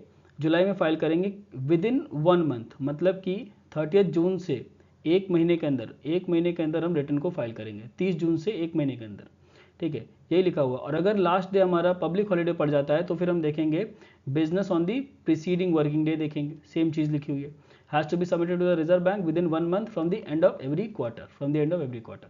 तो दो बातें आपको ध्यान रखनी है कि सेक्शन 25 में क्वार्टरली जो आपके हैं रिटर्न्स की बात करी गई है, जबकि सेक्शन 24 में मंथली रिटर्न की बात करी गई है। 24 एक एडिशनल रिक्वायरमेंट है, SLR की जो रिक्वायरमेंट है वो एडिशनल रिक्वायरमेंट है। भले ही किसी बैंकिंग कंपनी ने CRR मेंटेन कर रखा हो, लेकिन उसे SLR मेंटेन करना है, ठीक है। अगर उसने कैश रिजर्व भी मेंटेन कर रखे हैं 18 में, तब भी उसे SLR मेंटेन करना है। ये तो बेसिक सी बातें आपको पता होनी चाहिए। और असेट्स इन इंडिया भी सबको मेंटेन करने हैं, यानी कि 75% जो असेट्स हैं वो इंडिया में होने चाहिए, ठीक है, वो इंडिया में होने चाहिए। अब देखिए यहाँ पे जितना भी मैंने हाईलाइट करके रखा हुआ है वो सारा का सारा इंट्रोड्यूस किया गया है by the banking laws amendment act 2025 से। तो चलिए अभी तक मैं जो ये जो अमेंडमेंट एक्ट बता रहा था आपको, इसको हम लोग डिटेल में एक स्लाइड में पढ़ लेते हैं। नेक्स्ट स्लाइड हमारी पूरे अमेंडमेंट एक्ट से रिलेट कर रही है, ठीक है। देखिए अब हम बैंकिंग लॉज अमेंडमेंट एक्ट 2025 पढ़ लेते हैं with respect to the banking regulation act 1949, ठीक है। हालांकि इस लॉ ने बेसिकली जो ये अमेंडमेंट एक्ट है 2025 का, इसने 5 लॉज में चेंजेस किए हैं, ठीक है, और 19 अमेंडमेंट्स कर रखे हैं। तो हमको सारे नहीं देखने, हमको केवल वही अमेंडमेंट्स देखने जो कि बैंकिंग रेगुलेशन एक्ट 1949 में किए गए हैं। बाकी सारे हम बाद में धीरे धीरे करके देखेंगे। तो उससे पहले कुछ इंपॉर्टेंट पॉइंट्स देख लेते हैं, जैसे कि बैंकिंग लॉज अमेंडमेंट एक्ट 2025 को प्रेसिडेंशियल एसेंट मिला था 15 अप्रैल 2025 को। गैजेट नोटिफिकेशन हुई थी 29 जुलाई 2025 को। और इफेक्टिव डेट क्या है, ये इंपॉर्टेंट है हमारे लिए, ठीक है। इफेक्टिव डेट इसकी है 1 अगस्त 2025 को, ठीक है। एक नया सेक्शन इंट्रोड्यूस किया गया है बैंकिंग लॉज अमेंडमेंट एक्ट 2025 से बैंकिंग रेगुलेशन एक्ट में, ठीक है। कौन सा सेक्शन है ये सेक्शन है सेक्शन 45ZG, इसको ध्यान रखिएगा। ये बेसिकली डील करता है प्रायोरिटी ऑफ सक्सेसिव नॉमिनेशन से। क्या होता है ये, देखिए मैंने आपको बताया था कि अगर कोई एक डिपॉजिटर है D, तो वो कितने नॉमिनेशन बना सकता है। अगर हम लेटेस्टली देखें तो यहाँ पे लिखा हुआ है 45ZA, 45ZC और 45ZE, तीनों सेक्शंस में ये अमेंडमेंट किया गया है कि जो मैक्सिमम नंबर ऑफ नॉमिनीज है प्रेजेंटली, ठीक है, वो 4 हो गया है अब, ठीक है, अब वो 4 हो गया है by the amendment act of 2025। तो डिपॉजिटर जो है वो N1, N2, N3 और N4 इस तरीके से 4 नॉमिनीज बना सकता है। तो सेक्शन 45ZG क्या कहता है, ये कहता है कि डिपॉजिटर की डेथ पर इसके सभी राइट्स आ जाएंगे N1 के पास, ठीक है, और N2 के पास कब आएंगे, N2 के पास सभी राइट्स तब आएंगे जब डिपॉजिटर और N1 दोनों की ही डेथ N2 से पहले हो जाए, ठीक है। सिमिलरली N3 के पास सारे राइट्स तब आएंगे जब डिपॉजिटर, N1 और N2 इन तीनों की डेथ N3 से पहले हो जाए। सिमिलरली N4 के पास सारे राइट्स डिपॉजिटर्स के तभी आएंगे जब डिपॉजिटर, N1, N2 और N3 ये चारों की डेथ N4 से पहले हो जाए, ठीक है। तो इस तरीके के कुछ प्रोविजन यहाँ पे बनाया गया है और इसमें बोला गया है कि जो ऑर्डर ऑफ जो नॉमिनेशंस हैं will decide the priority of nominee rights. तो यहाँ पे देखा जा रहा है कि जिस ऑर्डर में नॉमिनेशंस किए गए हैं, पहले N1, बाद में N2, फिर N3, फिर N4, उसी ऑर्डर में नॉमिनी राइट्स भी ट्रांसफर होंगे। दूसरा पॉइंट कहता है कि where there is no order given, जहाँ पे कोई ऑर्डर नहीं दिया गया है वहाँ पे क्या होगा, order in which names were written while filling the form, यानी कि फॉर्म में जिस ऑर्डर में नाम भरे गए थे उस ऑर्डर में फिर नॉमिनी राइट्स को दिया जाएगा। सिमिलरली, ठीक है, जैसे कि अगर मैं देखूं, अगर मान लो पहले मैंने N4 भर दिया, ठीक है, उसके बाद N3 भर दिया, उसके बाद N2 भर दिया, उसके बाद N1 भर दिया, तो अब इस ऑर्डर में हमको नॉमिनी राइट्स देने पड़ेंगे, ठीक है। पहले N4 को मिलेंगे डिपॉजिटर की डेथ पर, फिर डिपॉजिटर और N4 की दोनों की डेथ पर, अगर दोनों की डेथ हो जाती है और N3 सर्वाइव करता है तो N3 को मिल जाएंगे, अगर ये तीनों की डेथ हो गई और N2 सर्वाइव किया तो N2 को मिलेगा। इस तरीके से हमें देखना है। पॉइंट नंबर 3 क्या कहता है कि this section is not applicable to simultaneous nominations made under section 45ZA। ये एक जनरल नॉमिनेशंस है जो मैंने आपको पढ़ा रखे हैं। यहाँ पे जब साइमल्टेनियस नॉमिनेशंस करते हैं, मतलब एक साथ 2 नाम लिख दिए जाते हैं फॉर्म में और ऑर्डर नहीं मेंशन किया जाता है, तो इस केस में, ठीक है, 45ZG में जो प्रायोरिटी का जो ऑर्डर है वो हम यहाँ पे अप्लाई नहीं करते हैं, ठीक है, वहाँ पे अप्लाई नहीं करते हैं, ये भी आप ध्यान रखिएगा। तो ये सारे अमेंडमेंट्स की लिस्ट है। जैसे कि सेक्शन 5NE में सब्सटेंशियल इंटरेस्ट लिखा हुआ है, वहाँ पे 2 करोड़ कर दिया गया 5 लाख से बढ़ा करके, ये मैंने आपको पढ़ा दिया है, ठीक है। इसके अलावा 10A 2A1 में डायरेक्टर का जो टेन्योर है कोऑपरेटिव बैंक्स के लिए उसको बढ़ा दिया गया है, 8 से बढ़ा करके 10 साल कर दिया गया है, ठीक है। बेसिकली ये क्यों किया गया है, ये 97th कॉन्स्टिट्यूशनल अमेंडमेंट से इसको अलाइन करने के लिए किया गया है, जो कि कोऑपरेटिव सोसाइटी से डील करता है। 16(3) प्रोहिबिशन है कॉमन डायरेक्टरशिप पे, वो भी मैंने आपको बता दिया है कि जो सेंट्रल कोऑपरेटिव बैंक है इसका डायरेक्टर इलेक्ट होकर के स्टेट कोऑपरेटिव बैंक में जा सकता है, प्रोवाइडेड वो स्टेट कोऑपरेटिव बैंक का जो बोर्ड है उसका एक मेंबर भी होना चाहिए। 18 में क्या है, 18 में बेसिकली चेंज किया गया है जो आपके जो फोर्टनाइट की डेफिनेशन है उसको चेंज किया गया है। पहले हम लोग फ्राइडे से देखते थे बट अभी इसको हटा दिया गया। अभी क्या है, फिक्स कैलेंडर मंथ कर दिया गया है। 1 से लेकर के 15 जो दिन होते हैं, 1 से लेकर 15 तारीख के बीच में और 16 से लेकर के मंथ एंड तक, ये 2 फोर्टनाइट कर दिए गए हैं हर एक कैलेंडर मंथ में, ठीक है। 45ZA, 45ZC और 45ZE तीनों नॉमिनेशन से डील करते हैं। टोटल नंबर ऑफ जो नॉमिनीज हैं, मैक्सिमम नंबर अगर हम देखें तो 4 कर दिया गया है। 42 RBI एक्ट जो कि आपका CRR से डील करता है, ठीक है, और जो आपका 24 है बैंकिंग रेगुलेशन एक्ट का जो कि SLR से डील करता है। इन दोनों में ही जो चेंजेस किए गए वो ये है कि रिटर्न फाइलिंग जो है विंडो उसको 7 डेज से कम करके 5 डेज कर दिया गया। तो अब जो रिटर्न फाइल करना है वो विद इन 5 डेज करना है, ठीक है। 25 भी हमने देख लिया, असेट्स इन इंडिया देख लिया, ये सारे प्रोविजंस हमने देख लिए हैं। 56 की अगर हम बात करें तो ये डील करता है कोऑपरेटिव बैंक से, ठीक है। Section 56 of the banking regulation act cooperative bank से डील करता है। यहाँ पर फोर्टनाइट की एक डेफिनेशन है जिसमें चेंजेस किए गए हैं। इवन 42 में भी फोर्टनाइट की डेफिनेशन है, उसको भी बदल दिया गया है। तो दोनों में ही सेम चेंजेस हैं। फोर्टनाइट की डेफिनेशन कर दी गई है, fortnight shall mean the period from the first day to the 15th day of each calendar month और 16th day to the last day of each calendar month, both days inclusive. ये important point है कि इसको याद रखिएगा, दोनों ही दिन को इंक्लूड करके बताया जा रहा है। नेक्स्ट देखिए, अब यहाँ पे हमारा ये वीडियो कंप्लीट होता है, लेकिन लास्ट में मैंने जितने भी प्रोविजंस अभी तक डील किए हैं वो सभी प्रोविजंस को मैंने कंपाइल कर दिया है ताकि आपके पास एक लिस्ट पहुँच जाए कि हमने अभी तक कितनी पढ़ाई कर ली है और कौन कौन से प्रोविजंस को डील कर लिया है।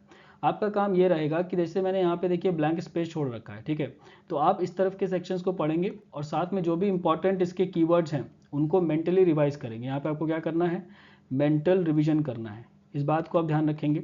इसी तरीके से आपको प्रोविजंस याद होंगे ठीक है, बार बार करना है और ये लिस्ट को सामने देखते हुए करना है। ठीक है, तो 4, 5B, 5C, 5NE, 6, 1, 7, 8, 9, इसके बाद हमने 10A देखा, 10B देखा, 10B भी देखा, 11, 12, 13, 14, 15 देख लिया है। ये सारे बैंकिंग रेगुलेशन एक्ट 1949 के चल रहे हैं। ठीक है, 16 देख लिया, 17, 18, 20, 20A देख चुके हैं, 21, 21A देख चुके हैं। देखिए ये सारे जो प्रोविजंस हैं ना 20, 20A, 21, 20A, जिन्होंने मेरी प्रीवियस 3 क्लासेस नहीं करी हैं उनको नहीं पता होगा, उनको लग रहा होगा कि ये नए प्रोविजन है, बट नहीं, ये सब हम डील कर चुके हैं डिटेल में। ठीक है, डिटेल में हमने डील किया है हमारी जो स्टार्टिंग की 3 क्लासेस हैं उनमें। ठीक है, तो आप उसको देख लीजिए। देखिए सेक्शन 22 लाइसेंसिंग से डील करता है, हमने देख लिया है। 24 हमारा SLR से डील करता है, ये भी हमने देख लिया है। 25 असेट्स इन इंडिया, ये भी हम देख चुके हैं। इसके अलावा 26 डील करता था अनक्लेम डिपॉजिट से। 26A क्या है, ये डीप फंड से डील करता है। ठीक है, ये भी हमने देख लिया है। 35 की बात करें तो ये एनुअल फाइनेंशियल इंस्पेक्शन से डील करता है जो कि RBI करता है। ठीक है, ये भी आपको पता होना चाहिए। 35A जैसे मैंने बताया था कि जनरल पावर है RBI की डायरेक्शन इशू करने के लिए। ठीक है, डिपॉजिट्स के केस में केवल 35A लगता है और अगर लोन्स के केस में हम देखेंगे तो 35A रेड विथ सेक्शन 21 लगता है। ठीक है, नेक्स्ट देखिए ये जो प्रोविजंस यहाँ पे लिखे हैं ये सारे नए प्रोविजंस हैं, इनको मैंने आपको पढ़ाया नहीं है और इनको आपको डिटेल में पढ़ना भी नहीं है। ठीक है, इनको केवल आपको मार्जिनल हेडिंग्स पढ़नी है इनकी केवल, जो मैंने यहाँ पे लिख रखी है। सेक्शन 35AA की अगर मैं बात करूँ तो ये सेंट्रल गवर्नमेंट की पावर है to authorise RBI for issuing directions to banking companies to initiate insolvency resolution process. Insolvency resolution process मतलब IRP प्रोसेस। ये प्रोसेस क्या होता है, ये हम 2016 का जो हमारा इंसॉल्वेंसी एंड बैंक्रप्सी कोड है उसमें हम देखेंगे कि ये किस तरीके से ये प्रोसेस रहता है। सेक्शन 35AB क्या कहता है, ये कहता है कि power of RBI to issue directions in respect of stressed assets, यानी कि NPAs की बात ये कर रहा है। ठीक है, तो NPAs के केस में बैंकिंग कंपनीज को डायरेक्शन इशू हो सकती है by the RBI under section 35AB।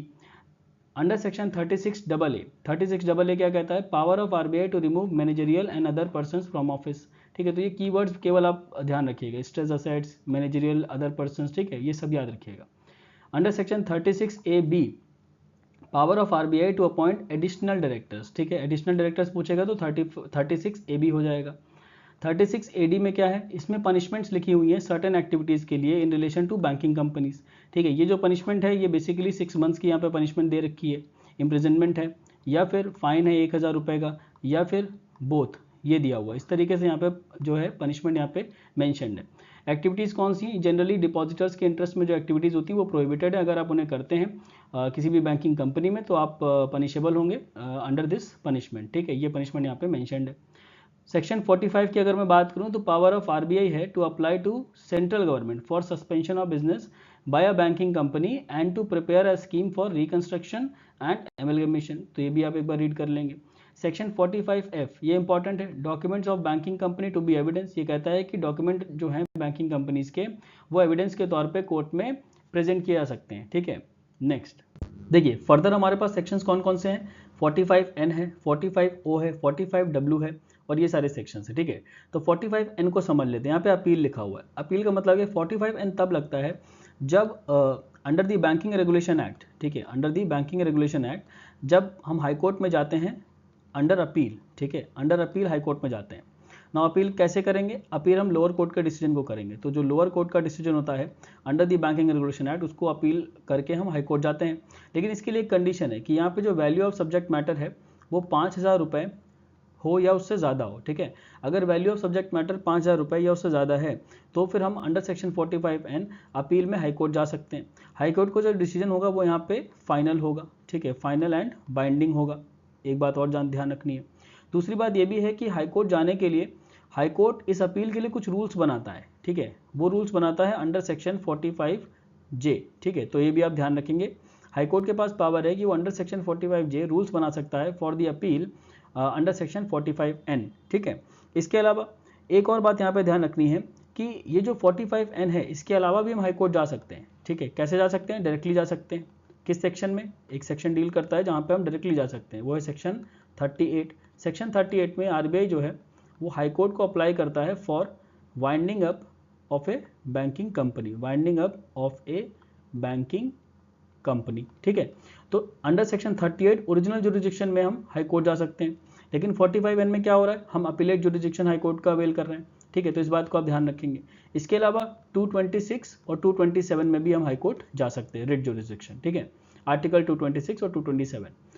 Section 45O की अगर हम बात करें तो यहाँ पे स्पेशल पीरियड ऑफ लिमिटेशन है। ये कब लगता है? देखिए, जब कोई banking company winding up process में जाती है, ठीक है, वाइंडिंग अप प्रोसेस में जाती है, तो वाइंडिंग अप की एप्लीकेशन से लेकर के, ठीक है, एप्लीकेशन से लेकर के जो उसके डिसीजन का जो जितना भी टाइम पीरियड होता है, ये सारा का सारा टाइम पीरियड जो होता है ये एक्सक्लूड हो जाता है। किससे एक्सक्लूड हो जाता है? जब हम सूट या एप्लीकेशन के टाइम पीरियड को डिसाइड करते हैं। लिमिटेशन पीरियड अगर हम सूट या एप्लीकेशन के लिए डिसाइड करते हैं तो उसमें ये जो पीरियड है ये पूरा का पूरा पीरियड एक्सक्लूड हो जाता है, इसको हम इंक्लूड नहीं करते हैं। एक बात तो ये समझनी है। दूसरी बात, सेक्शन 45O में जो इंपॉर्टेंट है वो ये है कि कोई भी अगर जो डायरेक्टर होता है, डायरेक्टर का अगर कोई अनपेड शेयर प्राइस है, ठीक है, तो उसके खिलाफ लिमिटेशन पीरियड यहाँ पे बिल्कुल भी नहीं है, कोई लिमिटेशन पीरियड नहीं है, ठीक है। इवन अगर मान लेते हैं डायरेक्टर की कोई कॉन्ट्रैक्चुअल ऑब्लिगेशन है और वाइंडिंग अप प्रोसेस में बैंकिंग कंपनी चली गई है, तो जो वो कॉन्ट्रैक्चुअल ऑब्लिगेशन है उसके खिलाफ भी कोई भी लिमिटेशन पीरियड यहाँ पे मेंशन नहीं है। तो ये सारी कुछ बेसिक सी बातें जो 45N और 45O में आपको ध्यान रखनी है।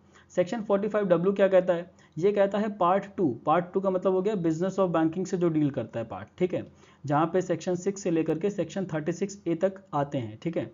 ये जितने भी सेक्शंस मैंने बताए हैं 6 से लेकर के 36A तक, ये सारे एप्लीकेबल नहीं होते हैं। किस पर नहीं होते हैं?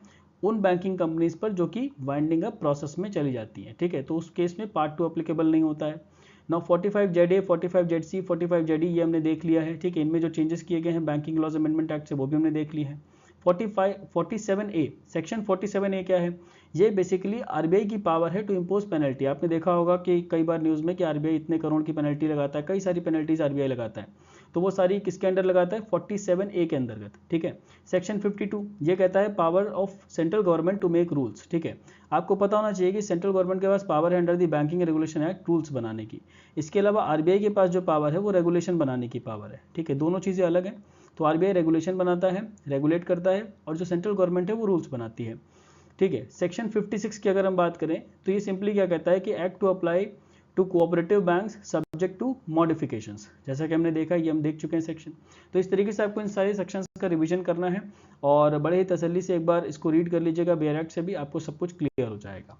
नेक्स्ट, लास्ट स्लाइड में देखिए मैंने यहाँ पे वही स्लाइड रख दी है जो मैंने आपको स्टार्टिंग में पढ़ाई थी। ये basically banking laws amendment act जो हमारा है, ठीक है, बैंकिंग लॉज अमेंडमेंट एक्ट 2025, उससे जो चेंजेस बैंकिंग रेगुलेशन एक्ट में किए गए वो सारे चेंजेस मैंने यहाँ पे एक बार फिर से आपको शो कर दिए हैं। अगर आपने स्टार्टिंग में ठीक से नहीं पढ़ा है तो इसको आप एक बार स्क्रीनशॉट भी ले सकते हो और यहाँ से दोबारा से रिवीजन भी कर सकते हैं। मेरा मानना ये है कि 1 से 2 क्वेश्चन यहाँ से आपको ज़रूर आपके एग्जाम में मिलेंगे। तो यहाँ पे आपका जो ये बैंकिंग रेगुलेशन एक्ट है वो पूरी तरीके से कंप्लीट होता है, ठीक है, ये एक्ट यहाँ पे मैंने कंप्लीट कर दिया है। और इसके बाद हम लोग एनआई एक्ट स्टार्ट करने वाले हैं नेक्स्ट वीडियो से, और उसके बाद फिर हम लोग कंपनीज एक्ट भी देखेंगे। तो मेरा मानना ये है कि मैं आपको आपके जितने भी लॉज आपको कठिन लगते हैं वो मैं आपको पहले पढ़ा दूँ, ताकि जिससे कि आपको आपके मेंस में हेल्प मिले और आप इजीली अपने मेंस में अच्छा स्कोर कर पाएँ। और अगर आपको मेरे पढ़ाने का तरीका समझ में आ रहा है और इससे आपकी नॉलेज में कुछ ना कुछ इंक्रीज़ हो रहा है, अगर आपको ठीक लग रहा है तो आप इसे लाइक ज़रूर करें, शेयर ज़रूर करें, कमेंट ज़रूर करें, और कमेंट सेक्शन में बताएं कि आपको कैसा लगा ये वीडियो। और इवन अगर कोई डाउट है तो भी आप कमेंट सेक्शन में पूछिए, मैं आपको आंसर कर दूंगा। और इसी तरह पढ़ते रहिए, मिलते हैं नेक्स्ट वीडियो में।